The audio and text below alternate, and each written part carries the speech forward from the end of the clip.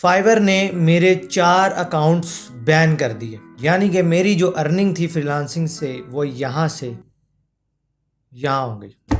अगर आप लोग भी ये इशू फेस कर रहे हैं या कर चुके हैं या अगर नहीं भी किया अभी तक, तो आप ये वीडियो को कंप्लीट वॉच ज़रूर कीजिएगा। तो आइए सीखते हैं। अस्सलाम वालेकुम। तो आज की इस वीडियो में हम लोग बात करने वाले हैं फाइवर के जो अकाउंट बैन हो जाते हैं, ऐसे में आप लोगों को क्या करना चाहिए। मेरे पर्सनली 4 अकाउंट बैन हुए, वो भी स्टोरी मैं आप लोगों को बताऊंगा, और साथ ही साथ आप लोगों को क्या करना चाहिए ताकि आप लोगों की जो अर्निंग्स हैं वो ड्रॉप ना हो। आप ऑनलाइन जो आप पैसे कमा रहे हैं वो आप अच्छे कमाते रहे, तो आप लोगों को ऐसे क्या स्टेप्स लेने चाहिए। तो वीडियो शुरू करते हैं, लेकिन उससे पहले मैं आपसे रिक्वेस्ट करूंगा कि चैनल को लाजमी सब्सक्राइब करके बेल नोटिफिकेशन को ऑल पे सेलेक्ट कर लें, क्योंकि एचबीएस सर्विसेज के ऊपर आपको फ्री में कोर्सेज करवाए जाते हैं ताकि आप लोग ऑनलाइन घर बैठकर पैसे कमा सके। साथ ही साथ आपको पैसे को ग्रो कैसे किया जाता है, प्रोडक्टिविटी टिप्स भी आपको इसी चैनल पर फ्री ऑफ कॉस्ट मिलती है, तो लाजमी सब्सक्राइब कर लें। बात स्टार्ट करते हैं मेरे जो 4 अकाउंट बैन हुए। वैसे तो मेरे फाइवर पर माशाल्लाह करतूतें ही ऐसी हैं, इसमें कोई शक नहीं है। मेरे मल्टीपल अकाउंट्स फाइवर के ऊपर बैन हो जाते हैं, लेकिन 4 अकाउंट्स मेरे ऐसे जो दिल के काफ़ी करीब थे, क्योंकि वो मुझे अच्छे पैसे कमा के दे रहे थे। इसके अलावा मेरे मल्टीपल अकाउंट्स भी बैन हुए, जिसमें लेवल 1 के अकाउंट और भी एक मेरा जो मेन अकाउंट जब बैन हुआ था जिसके ऊपर मेरी सबसे ज़्यादा अर्निंग थी,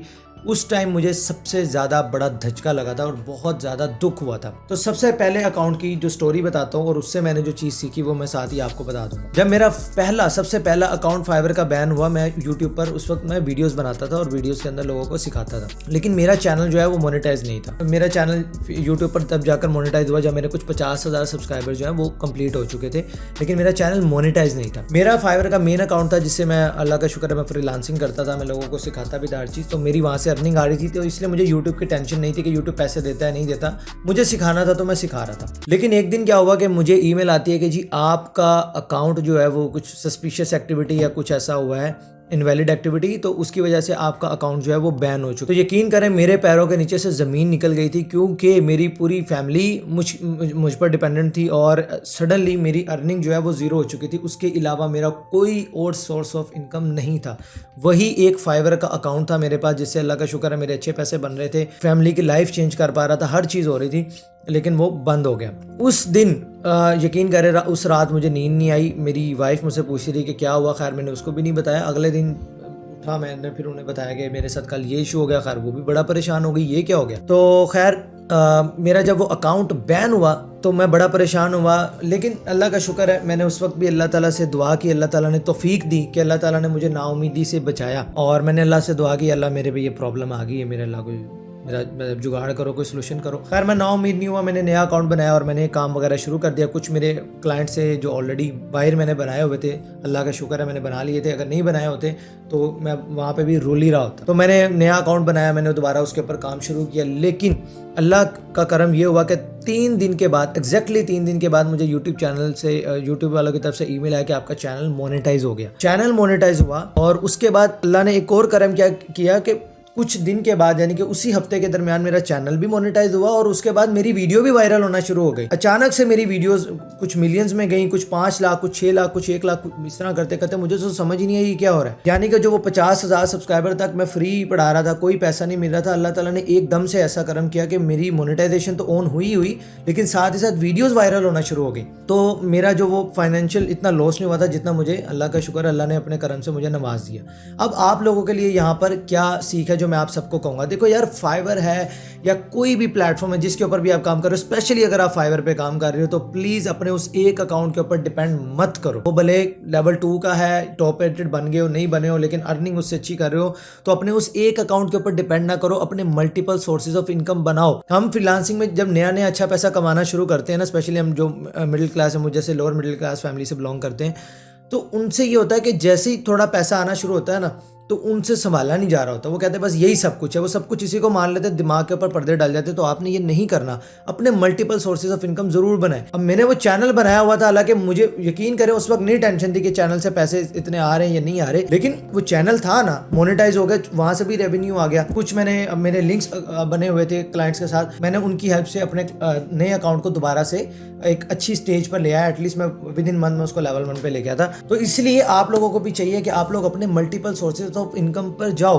कब तक आप फाइवर पर या इन जैसे प्लेटफॉर्म्स के ऊपर डिपेंड करेंगे? बिलीव मी, आप सभी कोशिश करो कि आप अपना कोई ना कोई आप डिजिटल प्रोडक्ट बनाएं, डिजिटल एसेट बनाएं। देखिए यूट्यूब चैनल, ये जो सोशल मीडिया जो आपको नजर आ रहा है, ये डिजिटल एसेट है मेरा। ये एसेट है, ये मुझे पैसे कमा के देता है और पैसिव इनकम आती है। मैं अगर जिस वक्त ये वीडियो शूट कर रहा हूँ उस वक्त भी यूट्यूब पर मेरी कोई वीडियो देख रहा होगा, मुझे उस वक्त उससे भी पैसे बन रहे होंगे।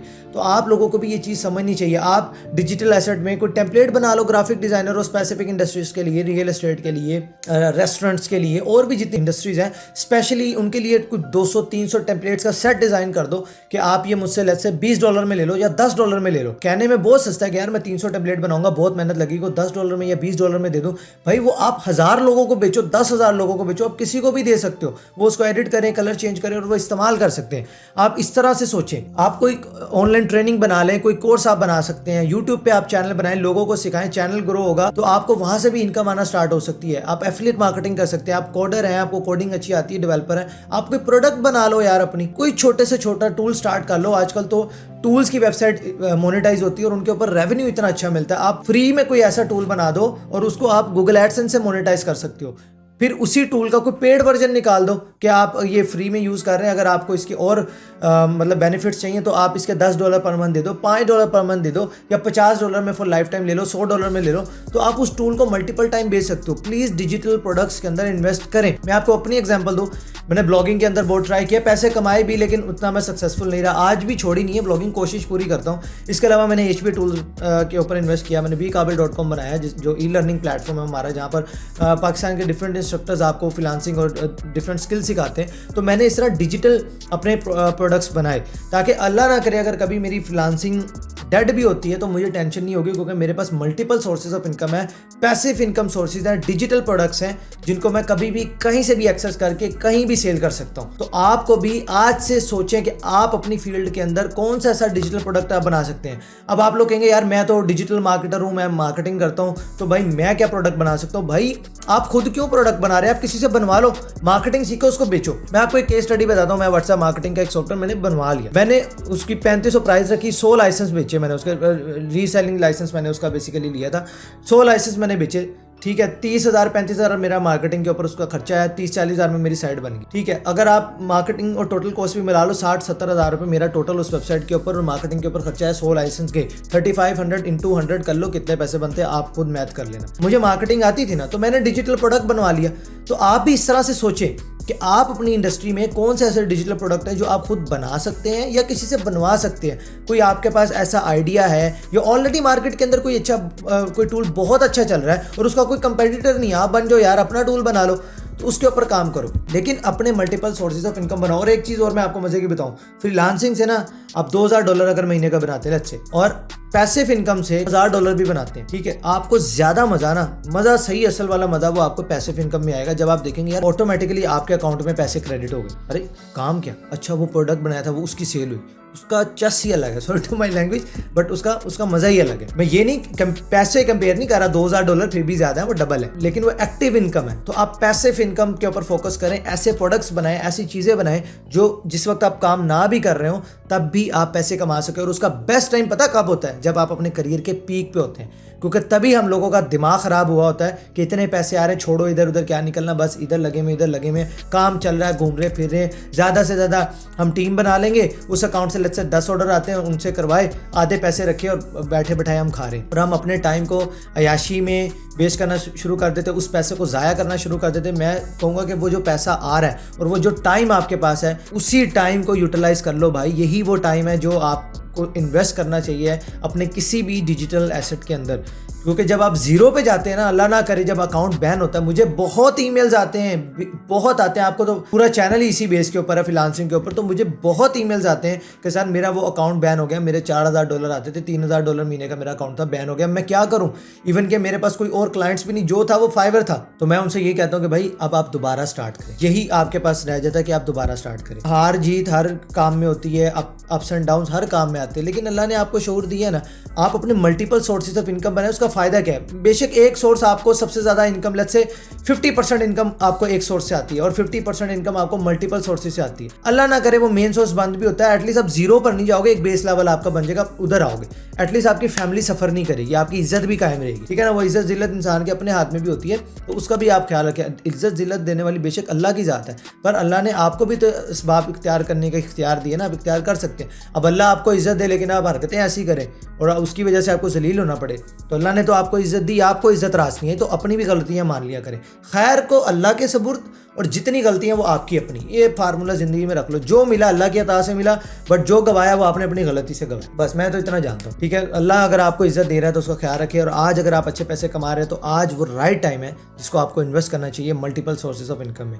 डिजिटल प्रोडक्ट्स के ऊपर अगर आपको वीडियोस चाहिए होंगी तो आप मुझे कमेंट सेक्शन में अपनी इंडस्ट्री बताओ कि बासी भाई मैं इस इंडस्ट्री में हूँ, मैं ग्राफिक डिज़ाइनर हूँ, तो मैं कैसे डिजिटल प्रोडक्ट्स बना सकता हूँ। मैं आपको डिफरेंट आइडियाज़ रिसर्च कर ला कर दूंगा कि एज अ ग्राफिक डिज़ाइनर आप कौन कौन से डिजिटल प्रोडक्ट्स बना सकते हैं, एज अ मार्केटर आप कौन कौन सी चीज़ें सेल कर सकते हैं, कौन सी डिजिटल प्रोडक्ट्स के अंदर इन्वेस्ट कर सकते हैं। जो भी आपकी फील्ड आप कमेंट करके बताएं, मैं आपके लिए रिसर्च करूँगा और इंशाल्लाह आपके लिए डिफरेंट डिजिटल प्रोडक्ट्स के आइडियाज़ लेकर आऊँगा। वीडियो अच्छी लगी हो तो इसे लाइक शेयर जरूर कीजिएगा, चैनल पर नहीं है तो सब्सक्राइब लाजमी करें, शेयर जरूर करें, व्हाट्सएप पर, फेसबुक पर अपने दोस्तों को टैग करें ताकि उनका भी फ़ायदा हो। हम सबको एक दूसरे को ग्रो करने में हेल्प करनी है। मैं मिलता हूं आपसे इंशाल्लाह नेक्स्ट वीडियो में, तब तक के लिए अल्लाह हाफिज़।